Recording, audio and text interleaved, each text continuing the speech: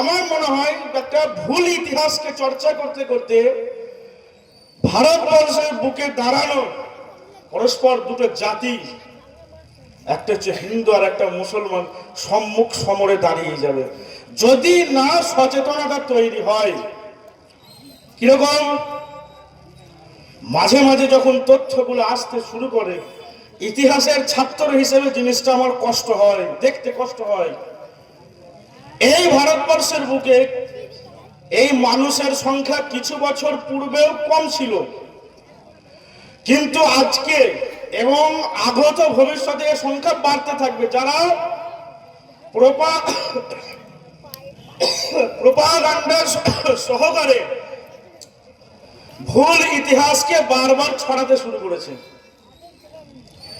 এবং এই ইতিহাস যে ছড়াচ্ছে তারা সোশ্যাল মিডিয়ার মাধ্যম দিয়ে, চাই টিভিতে, বিভিন্ন টকশো এর মাধ্যমে এমন ইতিহাসকে তারা তুলে নিয়ে আসছে। কাদের বিরুদ্ধে? সালতানাতে সুলতানি, সালতানাতে মুঘল, লম্বা সময় ভারতবর্ষের বুকে একটা প্রায় 1000 বছরের কাছাকাছি লম্বা একটা সময় যে মুসলমানরা ভারতবর্ষ শাসন করছে, সেই শাসন আমলের বিকৃত ইতিহাস, সঠিক ইতিহাস নয়, বিকৃত ইতিহাস তারা বিভিন্ন টকশো এর মাধ্যম দিয়ে, নিউজ ডিবেটের মাধ্যম দিয়ে মানুষের ভিতরে এমন ভাবে ছড়াতে শুরু করেছে যে যারা এই ইতিহাসকে যাচাই করবে না তারা মুসলমানদের ঘৃণা করতে শুরু করবে। এবং আমি মনে করি যেটা আমার দায়িত্ব এবং আপনাদের দায়িত্ব যে একটা সঠিক ইতিহাসকে তুলে ধরা। নবী সাল্লাল্লাহু আলাইহি ওয়াসাল্লামের একটা হাদিসের মর্মার্থ এটা যে যদি কোনো কথা তোমাদের সামনে উপস্থিত হলো এবং তোমরা তা যাচাই না করে ছড়াতে শুরু করে দিলে, আজকে সেই জায়গাটাতেই আমরা দাঁড়িয়ে আছি যে এও মিথ্যুক। তো সর্বপ্রথম যে তারা দাবি হানলো যে ভারতবর্ষের বুকে যখন মুসলমান প্রবেশ করছে তলোয়ারের মাধ্যম দিয়ে প্রবেশ করছে, এবং আমি তাদের মুখ থেকে এমন কিছু কথা শুনি যে আমি নিজে অবাক হয়ে যাই যে কোথায় তারা পেলে, কোথা থেকে। তাদের বক্তব্য এরকম ছিল যে ভারতবর্ষে ঢুকে প্রচুর পরিমাণে হিন্দু নিধন করতে শুরু করলো, ব্যাপক, এবং ব্যাপক পরিমাণে মন্দির ভাঙতে শুরু করলো, এবং তারা ছিল নিষ্ঠুর। তো তারা কি দাবি করলো? তাদের মূল দাবিটা ছিল যে কুরআন, কারণ মুসলমান সালতানাতের যে সুলতান, যে বাদশারা বসে থাকতো, তারা কুরআনকে সামনে রাখতেন। তারা বিকৃতাচার করলো, মিথ্যাচার করলো। কিসের বিরুদ্ধে? এক ইসলাম, দুই কুরআন। দেখি পৃথিবীর ভিতরে সমস্ত জঙ্গিবাদ, লড়াই, মারামারি, খুন খারাপি, সমস্ত উৎস তারা দাবি করলো যে এটা হচ্ছে ইসলামের তরফ থেকে। এবার আসে ইতিহাসের ভিতরে, যে যখন সালতানাতে সুলতানকে দেখা হবে, লম্বা সময় ভারতবর্ষের ইতিহাস, তারা লুট করতে আসেনি। আমি প্রথমেই বললাম যে হয়তো আমি এখানে এমন কিছু কথা বলবো যেটা হয়তো প্রচন্ড তেতো লাগবে, এবং হয়তো জিনিসগুলো হয়তো একটা ঝামেলার বিষয় এগুলো, যে কিন্তু ইতিহাসটা জানতে হবে, রাগ করলে হবে না। লম্বা সময় যখন সুলতানাতে হিস্ট্রি চলছে, যে সুলতানি যে পিরিয়ড চলছে ভারতবর্ষের বুকে, আলাউদ্দিন খিলজি, যাকে সব থেকে নিষ্ঠুর দেখানো হয়, যখন 1305 খ্রিস্টাব্দে মঙ্গলরা ভারত আক্রমণ করছে, তিনি যে সেনাপতি দিয়ে পাঠাচ্ছেন, মঙ্গলদেরকে আটকাতে যে সেনাপতি পাঠাচ্ছেন, মালেক নায়েক নাম তার, হিন্দু সেনাপতি, এবং পুরো নাস্তা নাবুদ করে ভারতবর্ষকে একটা সুরক্ষিত জায়গায় নিয়ে এলো। ক্ষমতায় বসে কে? আলাউদ্দিন খিলজি। প্রতিরোধ করছে কোন সেনাপতি? মালেক নায়েক, হিন্দু সেনাপতি। কিন্তু তারা তাদের ডিবেট গুলোর মাধ্যম দিয়ে, ফেসবুক কমেন্টের মাধ্যম দিয়ে, মনে হতে পারে যে খুব তুচ্ছ একটা ঘটনা, একটা ফেসবুক পোস্টে মনে হতে পারে একটা ইসলাম সম্পর্কে তারা দাবি করলো, মুঘল সালতানাত সম্পর্কে দাবি করলো। আমি আমার নিজের জীবন থেকে বলছি, আর ফেসবুকে একটা কমেন্ট এরকম এলো, সম্রাট বাবরের নামে কোন এক হিন্দু ভাইয়ের কমেন্ট ছিল এটা, যে তিনি নাকি কয়েক হাজার হিন্দু মানে একদম বলি দিয়ে তাদের রক্ত চুন সুরকিতে মিশিয়ে বাবরি মসজিদ তৈরি করলো। সে এসে এটা লিখলো কোথায়? একটা সোশ্যাল মিডিয়া জগতে। কমেন্ট কারা পড়ছে? প্রচুর পরিমাণে মানুষ কমেন্ট করে, যখন তারা এখান থেকে বিভ্রান্ত যাই পৌঁছাবে, তারা মুসলমানদের প্রতি স্বাভাবিকভাবে একটা ঘৃণা পোষণ করতে শুরু করবে। কিন্তু ইতিহাস কি বলছে? এ তো আদেও কোনো সত্যতা নেই, এর কোনো সত্যতাই নেই। যে সম্রাট বাবর আজকে সব থেকে মারাত্মক জায়গায় দাঁড়িয়ে আছে, সব থেকে ট্রেন্ডিং আলোচনার বিষয় সম্রাট বাবর, বাবরি মসজিদকে নিয়ে। আমার বক্তব্য বাবরি মসজিদ কে করছে কি করছে এ নিয়ে নয়, কিন্তু আমার মনে হলো যখন এই বিষয়টা ট্রেন্ডিং এ এলো, যে এই বিষয়টা জানা হোক যে সম্রাট বাবর কে ছিল। আমি বড় বড় ঐতিহাসিকদের লেখা পড়তে শুরু করলাম যে তারা কি বলছে সম্রাট বাবর সম্পর্কে। তো যাদের কথা শুনছি তারা কোনো সবাই মুসলমান ঐতিহাসিক নয়, হিন্দু ঐতিহাসিক। তো সেখান থেকে বলছে বর্তমানে যারা যে রাজত্ব করছে আমাদের ভারতবর্ষের বুকে, এদের প্রধান উদ্দেশ্য হচ্ছে যে মুঘল হিস্ট্রিকে মুছে দাও, মুসলমানদের ইতিহাসকে মুছে দাও। আর আমরা এমন এক মেরুদণ্ড ভাঙা জাতি যে ইতিহাসকে মুছে দেওয়া হচ্ছে, আর আমরা হা করে তাকিয়ে তাকিয়ে দেখছি। এমন ভয় ভীত সন্ত্রস্ত হয়ে দাঁড়িয়ে গেছি। না, আমি আলোচনাটা আর একটু পরে শুরু করবো, কিন্তু এটা বলি আগে, যখন বাবরকে নিয়ে পড়তে শুরু করলাম, ঐতিহাসিক বলছে যে বাবর কোনো হাবিজাবি রাজা ছিলেন না, বা ভারতবর্ষে এমনি প্রবেশ করলেন না। বিশাল এক সৈন্যবহর এবং ক্ষমতা চূড়ান্ত পর্যায়ে নিয়ে ভারতবর্ষ প্রবেশ করছেন। লজিক্যালি জিনিসগুলোকে ভাবতে শুরু করি। তো যখন তিনি ইব্রাহিম লোদিকে পরাস্ত করে দিল্লির সালতানাত দখল করছে এবং লম্বা সময় যখন ভারতবর্ষ শাসন করা হয়ে গেল, বিক্ষিপ্ত ঘটনা ঘটেছে, মন্দির ভাঙার ঘটনা বিক্ষিপ্ত, ইতিহাস বলছে, অস্বীকারের নয়। কিন্তু তারা একটা নতুন জাতি, নতুন মানুষ, বাইরে থেকে একটা পুরো হিন্দু রাষ্ট্রে প্রবেশ করছে, তাদেরকে এই কালচারটা বুঝতে একটু সময় লাগবে। তো তারা যখন বাবর যখন প্রবেশ করলো, বাবরের পর শাসন করছে কে ভারতবর্ষ? বাবরের পুত্র হুমায়ুন। তো হুমায়ুনকে উপদেশনামা লিখছে সম্রাট বাবর, এবং সেই উপদেশনামায় যে বাবরকে আজকে সব থেকে গালিগালাজ করা হয়। কারা গালিগালাজ করছে? যারা ইতিহাস কোনোদিন পড়েই দেখেনি, যারা ইতিহাস জানেই না, যারা না হিস্ট্রিকে খুলেছে না দেখেছে, আজ তারা বাবর সম্পর্কে বড় বড় কথা বলে। কষ্ট হয়, খারাপ লাগে দেখে, যে বিষয়ে আমার জ্ঞান নেই সেই বিষয়ের উপর কথা বলা মানে বিভ্রান্তি ছড়ানো, হিংসা ছড়ানো। তো সম্রাট বাবর সেই উপদেশনামায় হুমায়ুনকে লিখছে যে পুত্র, তুমি যে ভারতবর্ষ শাসন করতে যাচ্ছ, এখানে বেশিরভাগ জনগণ হচ্ছে হিন্দু, একদম ইতিহাস বলছে, এবং এখানে হিন্দুদের সংখ্যাগরিষ্ঠতা বেশি। তুমি গরু জবাই করো না। পরিষ্কার বাবর নিষেধ করছে যে এরা এটাকে আস্থা, এটাকে পবিত্র মনে করে। তুমি গরু জবাই করবে না, কোন মন্দির তুমি ধ্বংস করবে না। এবং ইতিহাস বলছে, ঐতিহাসিক বলছে যে সম্রাট বাবর হিন্দুদেরকে সেই সময় নিরাপত্তা প্রদান করলেন তাদের ধর্মীয় আচার অনুষ্ঠান পালনের জন্য। ইতিহাসকে আজকে এত বড় বড় ডিবেট চলে। আজ হুমায়ুন কবির যে বাবরি মসজিদ করছে, ডিবেট চলছে, বাবরের নামে গালিগালাজ করছে। আচ্ছা, কোন ইতিহাসিক সেই তথ্য তুলে ধরছে একবারও? কেউ এসে একবার তুলে ধরলো যে হুমায়ুনকে নিষেধ করছে যে তুমি যাদের শাসন করতে চাচ্ছ তারা বেশিরভাগ জনগণ হিন্দু, তুমি এদের প্রতি অবিচার করো না। এবং তিনি তার যে রাজ দরবার পরিচালনার কাজে যাতে হিন্দুরাও যোগদান করতে পারে, তিনি তার সব রকম ব্যবস্থা করে দিয়ে গেলেন। আজ সে বাবরকে সব থেকে গালিগালাজ করা হয়, এটা কষ্ট হয়। তুগলক বংশের যে বড় বড় রাজারা আসছে তখন, গিয়াসউদ্দিন তুগলক, ফিরোজ শাহ তুগলক, লম্বা সময় যে ভারতবর্ষ শাসন করছে, এনারা ছিল খুব কৃষক দরদি। এনাদেরকে ইতিহাস স্মরণ করে কৃষক দরদি, চাষি ভাইদের প্রতি এই সম্রাটদের প্রচন্ড দরদ ছিল। বলছে 60 থেকে 70% চাষি ছিল তাদের আন্ডারে হিন্দু। তাহলে যে বাবর আজকে সব থেকে অপবাদ দেওয়া হলো যে এত হিন্দুকে নিধন করে তাদেরকে বলি দিয়ে বাবরি মসজিদ নির্মাণ করেছিল, তার ইতিহাস বর্ণনা করছে যে ব্যাপক সৈন্যবল নিয়ে ভারতবর্ষের বুকে প্রবেশ করছে। তাহলে সে তো সমস্ত কিছুই ধূলিসাৎ করে একটা ইসলামিক রাষ্ট্র পরিচালনা করে দিয়ে যেতে পারতেন, কিন্তু তিনি তা করলেন না। সম্রাট ঔরঙ্গজেব, মুঘল সালতানাতের দুটো নাম সব থেকে বেশি আলোচিত এবং প্রসিদ্ধ, একটা হচ্ছে ঔরঙ্গজেব আর একটা হচ্ছে বাবর। সব থেকে বেশি দোষারোপ আর মিথ্যারোপ করা হয়েছে ঔরঙ্গজেব রহমতুল্লাহ এর উপরে। তো এই ঔরঙ্গজেব সম্পর্কে ঐতিহাসিক রিচার্ড রিটন, এটা খ্রিস্টান ঐতিহাসিক, আর একটা হচ্ছে ওম প্রকাশ প্রসাদ, হিন্দু ঐতিহাসিক। তিনি বলছেন যে বারাণসীর জঙ্গমবাড়ি মঠ মন্দির ইতিহাস পড়াবে। কজন ঐতিহাসিক এসে ডিবেটে তুলে ধরলে যখন ঔরঙ্গজেবকে গালিগালাজ করা হয়, তার কবরে মানুষ ছুটে যায়, তার লাশ তুলে তাকে অত্যাচার করার জন্য যখন ছুটে যায়, কজন ঐতিহাসিক তুলে ধরলে এই সত্যতাগুলো?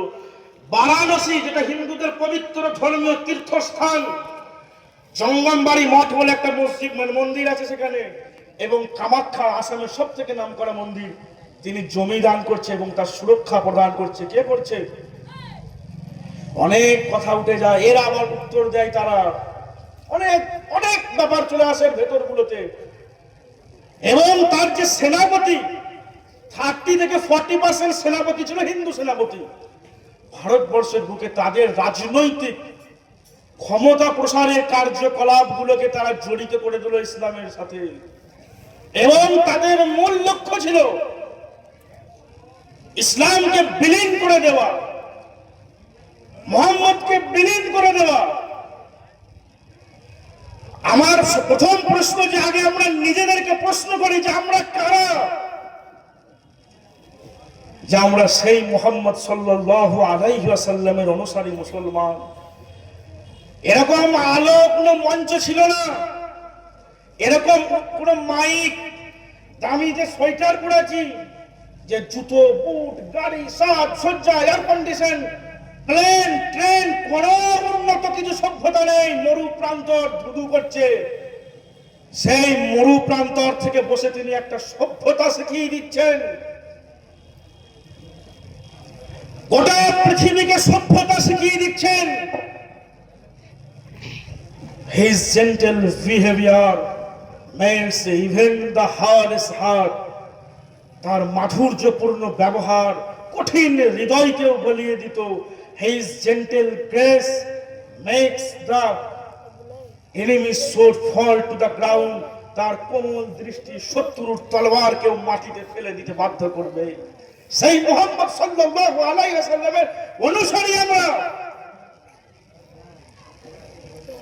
You will slander him, তুমি তার সম্পর্কে অপবাদ দেবে। I will accept it, আমি এটা মেনে নেব। That would not be, এটা কোনদিন হতে পারে না, মানবই না, কখনোই না। আমি আজকে যখন ঐতিহাসিকদের তথ্যগুলো পড়ি, বিখ্যাত ফরাসি দার্শনিকদের লেখা যখন পড়ছি, টমাস কার্লাইল বিখ্যাত দার্শনিক, তিনি যে ভাষাটা বলছেন তার বইয়ের মধ্যে আমার বলতে বলতে ভেতরটা কেঁদে ওঠে। যখন যে ভাষাটা ব্যবহার করছেন, কে করছে? আমরা মুসলমান ঐতিহাসিক যদি বলে, বলবে তুমি তো মুসলমান, তুমি তো মুহাম্মদের গুণগান করতেই পারো, কিন্তু কে করছে? Thomas Carlyle. এরা কোনো হেজেগেজে নয় যে এলো আর চলে আর কিছু বলে চলে গেল। লম্বা সময় নবী সাল্লাল্লাহু আলাইহি ওয়াসাল্লামের জীবনের উপর এনাদের গবেষণা ছিল। তো টমাস কার্লাইলের প্রত্যেকটা লাইন আমাকে কাঁদিয়ে দিয়েছে। তিনি তার বইয়ের এক জায়গায় গিয়ে বলছেন যে ভাষাটা প্রথমেই ব্যবহার করছেন, যে নিভৃতাচারী, মরুচারী, যে ভাষাটা ব্যবহার করছে, যে এই নিভৃতাচারী যিনি একাকী থাকতেন, মরুচারী যিনি মরুভূমিতে থাকতেন, মানুষটার সম্পর্কে মিথ্যাচার করার লজ্জাজনক, যে নবী মুহাম্মদ সাল্লাল্লাহু আলাইহি ওয়াসাল্লামের সম্পর্কে মিথ্যাচার করার লজ্জাজনক। তিনি ছিলেন একজন সত্যের জীবন্ত আধার, যেনার প্রত্যেকটা কথা ছিল আন্তরিক এবং সত্য নির্ভর, যিনি তার জীবদ্দশায় একটা কথাও মিথ্যা বলেননি। সেই মুহাম্মদকে তুমি গালি দেবে আর আমরা মেনে নেব? তুমি দাবি করো তুমি জানো ইতিহাসকে, মেনে নেব যদি তোমার কথা যুক্তিসঙ্গত হয়, কিন্তু তুমি অযৌক্তিক কথা সমাজের বুকে ছড়িয়ে বেড়াবে, নবী মুহাম্মদ সাল্লাল্লাহু আলাইহি ওয়াসাল্লামের নামে তুমি অপবাদ দিয়ে বেড়াবে। মুসলমান হিসাবে যদি আমরা আজকে সহ্য করে নিই, কিয়ামতের ময়দানে আল্লাহর সাথে আমাদের কোনো ওয়াস্তা নেই, জাহান্নাম আমাদের জন্য ওয়াজিব থাকবে। টমাস কার্লাইলের কথা এটা, আলফাজ দ্য মাতরির কথা এটা, ফরাসি দার্শনিক। তিনি বলছেন যে উদ্দেশ্যের মহানুভবতা, পরিকল্পনা এবং 3টে মাপকাঠি তিনি বর্ণনা করলেন এবং বললেন যদি এই 3টে জিনিস একটা মানুষের মাপকাঠি হয় তো বলো সমসাময়িক, কে আছে যে মুহাম্মদ সাল্লাল্লাহু আলাইহি ওয়াসাল্লামের মতো হবে? আজকে সেই মুহাম্মদ সাল্লাল্লাহু আলাইহি ওয়াসাল্লামের অপবাদ যখন মিডিয়াগুলোতে, যখন টিভি চ্যানেলগুলোতে, যখন ফেসবুক জুড়ে আলোড়ন ওঠে যে ইসলাম জঙ্গিবাদ, ইসলাম তলোয়ার, আমার স্মরণ হয় সেই দিনগুলো। আজকে যখন দাবি করা হয়, আমি প্রথমেই বলছি জিনিসগুলো বিতর্কিত নয়। আমার আহ্বান হিন্দু ভাইদের প্রতি যে ইতিহাসকে জানি, ইতিহাসকে বুঝি, যে কাল আমাকে বলে দেওয়া হবে যে চলো আবেগের বশবর্তী হয়ে ওই মন্দিরটা ভাঙতে যাব। যদি কোনো মুসলমান সেই মন্দিরটা ভাঙতে চলে যায়, কসম খোদার বলছে কিয়ামতের ময়দানে তাকেও আল্লাহকে সামনে জবাবদিহি করতে হবে। এর নাম হচ্ছে ইসলাম।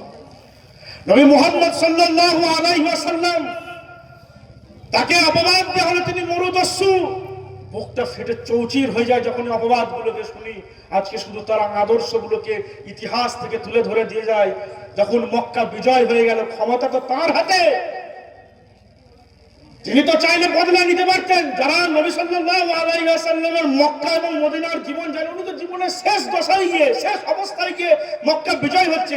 তার আগে যে সেই সময়কার খ্রিস্টান এবং ইহুদিরা ওনার উপর যে অত্যাচার করেছিল, যারা জানে, তো তারা বুঝবে যে যখন তিনি মক্কা বিজয় হয়ে গেল, তিনি ঘোষণা করলেন যে আজ তোমাদের প্রতি কোনো প্রতিশোধ নেই, আল্লাহ তোমাদেরকে ক্ষমা করুন, যাও তোমরা মুক্ত।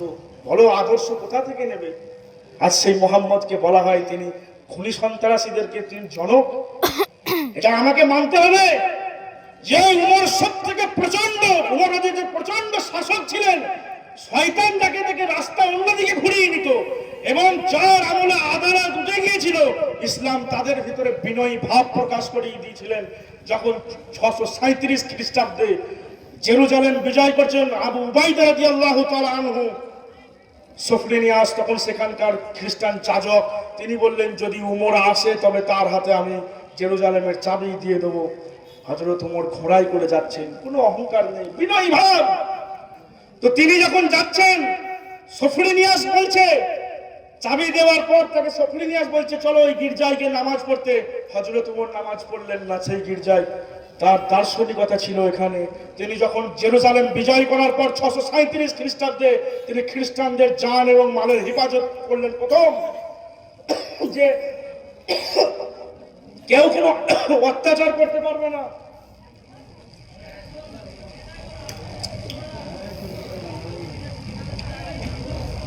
কেউ কোনো অত্যাচার করতে পারবে না। এবং তারপরেই তার দার্শনিকতা এই জায়গাটাই ছিল যে আজ যদি আমি গির্জায় গিয়ে নামাজ পড়ি, কাল হয়তো মুসলমান ওই গির্জাটাকে দখল করে নেবেন। তাহলে তুমি আজকে মুসলমানদেরকে দাবি করো, মুসলমানদের উপর দোষারোপ করো যে এরা মসজিদ ভাঙে, এ মন্দির ভাঙে, এরা সন্ত্রাসী। হযরত উমরের লম্বা সময় শাসনকাল এবং সুলতান মুহাম্মদ ফতেহ আজকে শুধু ইতিহাসগুলো বলে যায়, কারণ আজকে ভারতবর্ষের বুকে শুধু মুসলমানদের নোংরা বিকৃত মিথ্যা ইতিহাসগুলোকে ছড়িয়ে দেওয়া হয়েছে। আজ আমি তার প্রতিবাদ এখান থেকে শুরু করলাম যে এটা ইতিহাস নয়। সুলতান মুহাম্মদ ফতেহ যারা ইতিহাস উল্টেছে, উসমানীয় খিলাফতের সবথেকে শক্তিধর বাদশা ছিলেন সুলতান মুহাম্মদ ফতেহ, যিনি আবার কনস্টান্টিনোপল বিজয় করলেন। এবং তিনি যখন কনস্টান্টিনোপলে ঢুকছে আয়া সোফিয়ার সামনে, তো তিনি প্রথমেই নিশ্চিত করলেন যে কোনো খ্রিস্টান মা বোনদের যেন অত্যাচার না করা হয়, এবং তিনি তাদেরকে প্রত্যেককে ক্ষমা করে দিলেন। এবং তিনি মিলেট বলে একটা ব্যবস্থা চালু করলেন। কি ব্যবস্থা? যেখানে খ্রিস্টান, গ্রিক, অর্থোডক্স বা তাদের চার্চ অনুযায়ী তারা তাদের ধর্মমত, তাদের বিচার ব্যবস্থা চালাতে পারবে। আজ ভারত সরকার আমাদের মুসলমানদের নিজস্ব ব্যক্তিগত যে আইনগুলো আছে, শরিয়া যে আইন, সেগুলো বিলুপ্ত করতে চায়। প্রশ্ন করো যে সন্ত্রাসী কারা? প্রশ্ন করো যে সন্ত্রাসী কারা? এটা তো গেল সুলতান মুহাম্মদ ফতেহ। ইতিহাস স্মরণ করছে যারা জানে, সালাউদ্দিন আইয়ুবী রহমতুল্লাহ আলাইহি, যিনি 1187 খ্রিস্টাব্দ, আজও যাকে খ্রিস্টানরা স্মরণ করে, খ্রিস্টান ঐতিহাসিকরা, যার ক্ষমা, যে এত সুন্দর মানুষ ক্ষমা করে দিতে পারে। 1187 খ্রিস্টাব্দে যখন তিনি জেরুজালেম, আজকে যে প্যালেস্টাইন ভূখণ্ডে যে জেরুজালেমকে নিয়ে সব থেকে ফিলিস্তিনিদেরকে হত্যা, যে রক্তাক্ত, 1187 খ্রিস্টাব্দে যখন তিনি জেরুজালেম দখল করলেন, আজ ঘৃণা হয় তাদের প্রতি যারা নৃশংসভাবে আজ মুসলমানদেরকে হত্যা লীলা চালায়, সেখানে বাচ্চা বাচ্চা শিশুদেরকে হত্যা লীলা চালায়। এই যে তারা ত্রাণের লাইনে যোগ দিয়েছে, গুটিতে রক্ত লেগে আছে, ত্রাণের লাইনগুলোকে বেছে বেছে তারা বোম ফেলেছে সেই জায়গাগুলোতে। আজ ইতিহাস বলছে যে মুসলমান যদি সন্ত্রাসের নাম হতো, মুসলমান যদি খুন খারাপের নাম হতো, অন্য ধর্মকে ধ্বংস করে দেওয়ার নাম হতো, সেদিনকে যখন সুলতান সালাউদ্দিন আইয়ুবী প্রচন্ড ক্ষমতা সহকারে জেরুজালেম দখল করছে, তিনি বললেন সমস্ত খ্রিস্টানদের জানমাল নিরাপত্তা দান করলেন। এবং 100 বছর আগে যে জেরুজালেমে শত শত মুসলমানের লাশের রক্ত রাস্তা ভিজিয়ে দিয়েছিল, তিনি যখন ক্ষমা করে দিলেন, ইতিহাস এই জায়গাগুলোকে স্মরণ করে। আজ তুমি মুসলমানদেরকে জঙ্গি বলো, সেই সুলতান সালাউদ্দিন আইয়ুবী রহমতুল্লাহ আলাই তার নিজের পকেট থেকে খ্রিস্টান নারীদের যে মুক্তিপণ, তিনি সেগুলোকে মেটাচ্ছিলেন এবং বৃদ্ধদেরকে মুক্তিপণ ছেড়ে দিলেন, একটা সুসংহত রাজত্ব প্রতিষ্ঠা করলেন।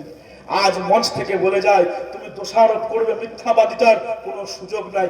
নবী মুহাম্মদ সাল্লাল্লাহু আলাইহি ওয়াসাল্লামের সবথেকে বড় আদর্শ হচ্ছে মুহাব্বত। আর সেই জিনিসটাকেই মানুষ, সুলতানরা যারা অনুসরণ করত, কোন ভারতবর্ষের বুকে যে সমস্ত সুলতান রাজত্ব করেছে সবাই ইসলাম ছিল নাকি? তাই তুমি তো নামটা বসতে কোনো মুসলমানের কার্যকলাপ কি ইসলামের সঙ্গে জুড়তে পারো না, এটা তোমার বুদ্ধিমত্তার দোষ। কাল যদি কোনো একটা মাতাল গিয়ে কোনো হিন্দু ধর্মকে গালিগালাজ করে, এটা তো ইসলামের দোষারোপ নয়, এটা সেই মাতালের দোষারোপ। তুমি এর সাথে ইসলামকে যোগসাজশ করতে পারো না। এই ভারতবর্ষ ছিল সব থেকে সম্প্রীতির পীঠস্থান।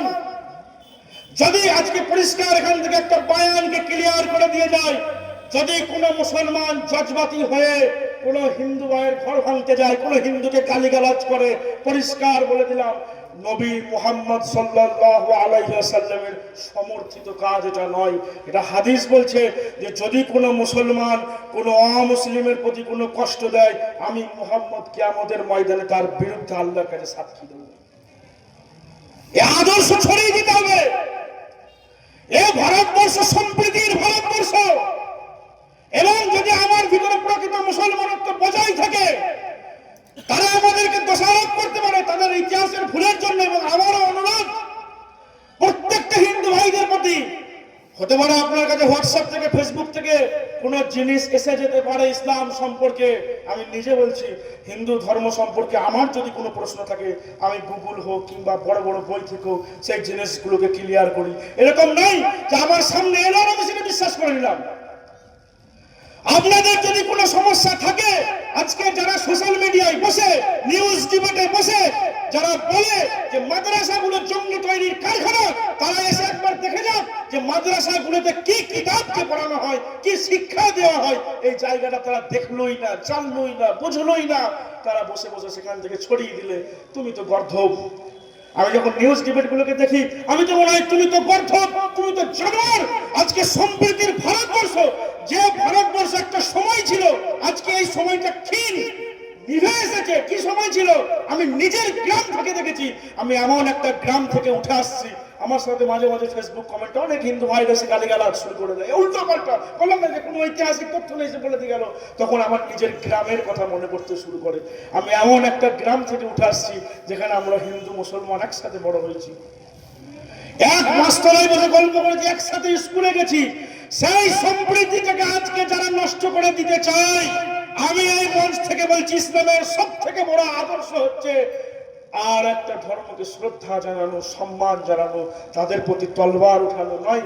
তবে তলবার উঠেছে, নিঃসন্দেহে উঠেছে, অন্যায়ের উপর উঠেছে, কোনো ধর্মের উপরে নয়। আজ আমি বাজারে যাই, আমি গিয়ে ভাবি না যেটা হিন্দুর দোকান না মুসলমানের দোকান, আমি মাল কিনে নিয়ে চলে আসি। একটা হিন্দু ভাই বাজারে যায়, তারা হিসেব করে না যেটা হিন্দুর দোকান না মুসলমানের দোকান, তারা মাল কিনে নিয়ে আসে। আজ আমাদের দায়িত্ব নিতে হবে, যারা এই চক্রান্তগুলোতে পা দিতে চায়, এই চক্রান্তগুলোকে রুখে দেওয়া, সম্প্রীতির একটা নজির তৈরি করা, কারণ এটা ইসলাম। আজ আপনি জজবাতি হয়ে একটা হিন্দু ধর্মের প্রতি গালিগালাজ করে দিলেন, কোরআন কি বলছে? কোন একটা ডিবেটে, বড় বড় আলেমরা ডিবেটে যায়, যারা নিজেদের মেরুদণ্ড বিক্রি করে দিয়েছে, তারা কোরআনের এই আয়াত কি একবারে তুলে ধরে যেখানে আল্লাহ বললেন যে তোমরা অন্য ধর্মের দেব দেবীদের গালি দিও না? একটা জায়গায় কোন আলেম, কোন ডিবেট যে মুসলমান যারা থাকে, তারা একটা জায়গায় কি বললো যে কোরআনের এটা আয়াত এবং আমি নিজে ফেসবুক কমেন্টগুলোকে চেক করি, সেখানে মুসলমানরা ব্যাপক পরিমাণে হিন্দু ধর্মের দেবদেবীদের গালিগালাজ করে। যারা গালিগালাজ করে তারা ইসলাম কিছুই বোঝে না, নামটা শুধু মুসলমান, অথচ ইসলাম কঠিনভাবে এটাকে নিষেধ করেছে যে তোমরা অন্য ধর্মের দেবদেবীদেরকে গালিগালাজ করো না। কি বার্তা আপনি দিলেন? আজ আপনি জজবাতি হয়ে গেলেন, একটা হিন্দু ভাই ধর্মের সম্পর্কে গালিগালাজ করে দিলেন চায়ের থেকে বসে। সে কি জানলো যেটা ইসলাম, অথচ ইসলাম এটা ছিলই না। আপনি কি করলেন ক্ষতিটা? নবী মুহাম্মদ সাল্লাল্লাহু আলাইহি ওয়াসাল্লামের আদর্শ এটা ছিলই না। তিনি তো মানবতার প্রচারক ছিলেন। টমাস কার্লাইল আলফাজ দ্য মাক্সিমটার যে ভাষাগুলো বললেন, কেন বললেন? তারা আদর্শ থেকে। আজ আপনি ইসলামের কিছুই বোঝেন না, কুরআন কিছুই বোঝেন না, আপনি বড় বড় চায়ের দোকানে গিয়ে একটা ধর্ম সম্পর্কে বড় বড় কথা বলে চলে এলেন, সেও ভেবে নিল যে এটাই হয়তো ইসলাম। আপনি জানুন, আপনি বুঝুন, ইতিহাসগুলোকে সঠিকভাবে পৌঁছে দিন। আমার অনুরোধ একটাই, যে লম্বা সময় ভারতবর্ষে যে মুঘল সালতানাত চলেছে, এরা সবাই খারাপ ছিল না। লজিক্যালি জিনিসগুলো ভাবি। হিন্দু ভাইদের কাছেও আমার হাত জোর করে অনুরোধ, যে যখন কোনো ভুল বার্তা আপনাদের হোয়াটসঅ্যাপ কিংবা সোশ্যাল মিডিয়ায় দেখবেন, বিষয়গুলোকে যাচাই করুন যে না, এটা ইসলাম নয়, বা মুঘল সালতানাত বা সুলতানি সালতানাতও তারা এরকম ছিলেন না। এই জিনিসগুলোকে যাচাই করি, সম্প্রীতিটা রক্ষা হবে। আল্লাহ আমাদেরকে বেশি বেশি বলার থেকে বেশি বেশি আমল করার তৌফিক দান করুন। ওয়া আখিরু দাওয়ানা আলহামদুলিল্লাহি রাব্বিল আলামিন।